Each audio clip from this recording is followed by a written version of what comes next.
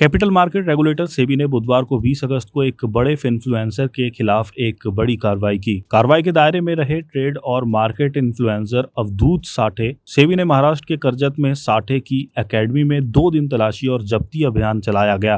सेबी के full time member Kamlesh वैष्णव ने 21 अगस्त को FICCI के एक प्रोग्राम में इस बारे में डिटेल भी शेयर की, लेकिन साठे का नाम सीधे सीधे नहीं लिया। लेकिन सवाल ये उठता है कि आखिर अवधूत साठे हैं कौन और सेबी के रडार पर क्यों हैं? Avdhoot Sathe market analysis, chart pattern और निवेश रणनीतियों को अपने YouTube चैनल के जरिए शेयर करते हैं। उनके YouTube चैनल के 9,36,000 सब्सक्राइबर हैं। साठे की एक अकेडमी भी है जिसका नाम अवधूत साठे ट्रेडिंग अकेडमी है। साठे को एक अलग यूनिक तरीके से ट्रेडिंग लेसन सिखाने के लिए जाना जाता है। वे कभी कभी लेक्चर के बीच ही नाचने लगते हैं और छात्रों को भी अपने साथ स्टेज ज्वाइन करने के लिए इन्वाइट करते हैं। अवधूत साठे 1991 से बाजारों में सक्रिय हैं। वे सेंट्रल मुंबई के दादर की एक साधारण सी चौल में पले बड़े हैं। बाद में वे अपने परिवार के साथ मुलुंड में शिफ्ट हो गए। उनके पास इंजीनियरिंग की डिग्री है। साठे ने अपने कैरियर की शुरुआत सॉफ्टवेयर इंडस्ट्री में हेक्सावेयर टेक्नोलॉजीज के जरिए की थी। वे विदेश भी गए और कुछ वक्त अमेरिका, सिंगापुर और ऑस्ट्रेलिया में काम किया। जब उन्होंने इन्वेस्टिंग और ट्रेडिंग में हाथ आजमाया और कामयाबी मिलने लगी तो 2008 से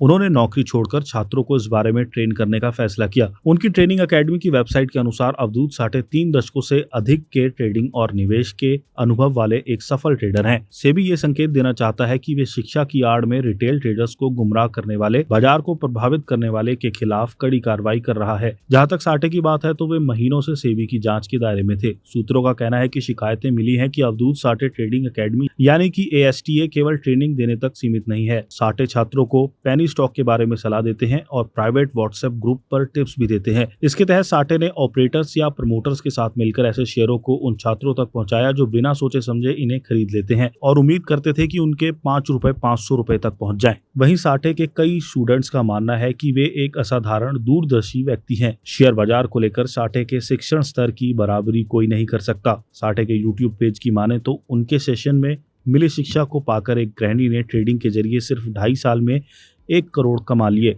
ये केवल एक उदाहरण है। उनके पेज पर ऐसे कई टेस्टिमोनियल्स या फीडबैक मौजूद हैं।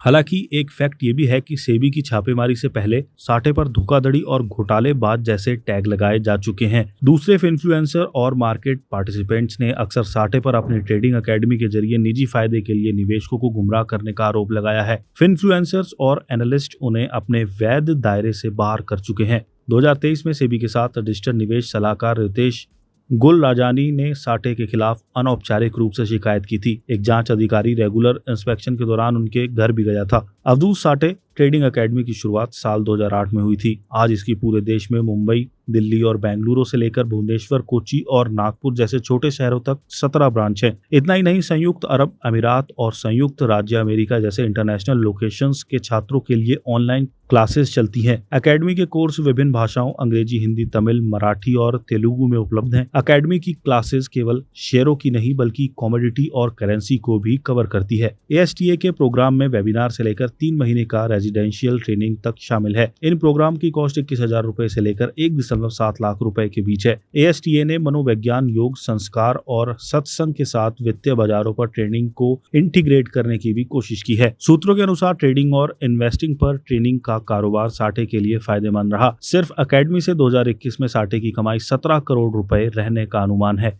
2021 में ये कमाई दोगुनी से भी ज्यादा बढ़कर 37 करोड़ रुपए और फिर 2023 में बढ़कर 36 करोड़ रुपए हो गई। अनुमान है कि 2024 में कमाई 116 करोड़ रुपए रही होगी। वहीं 2025 के लिए इसका आंकड़ा लगभग 200 करोड़ होने का अनुमान है। हालांकि यह आंकड़ा अनुमान पर बेस्ड है। मनी कंट्रोल स्वतंत्र रूप से इनकी पुष्टि नहीं कर सका है।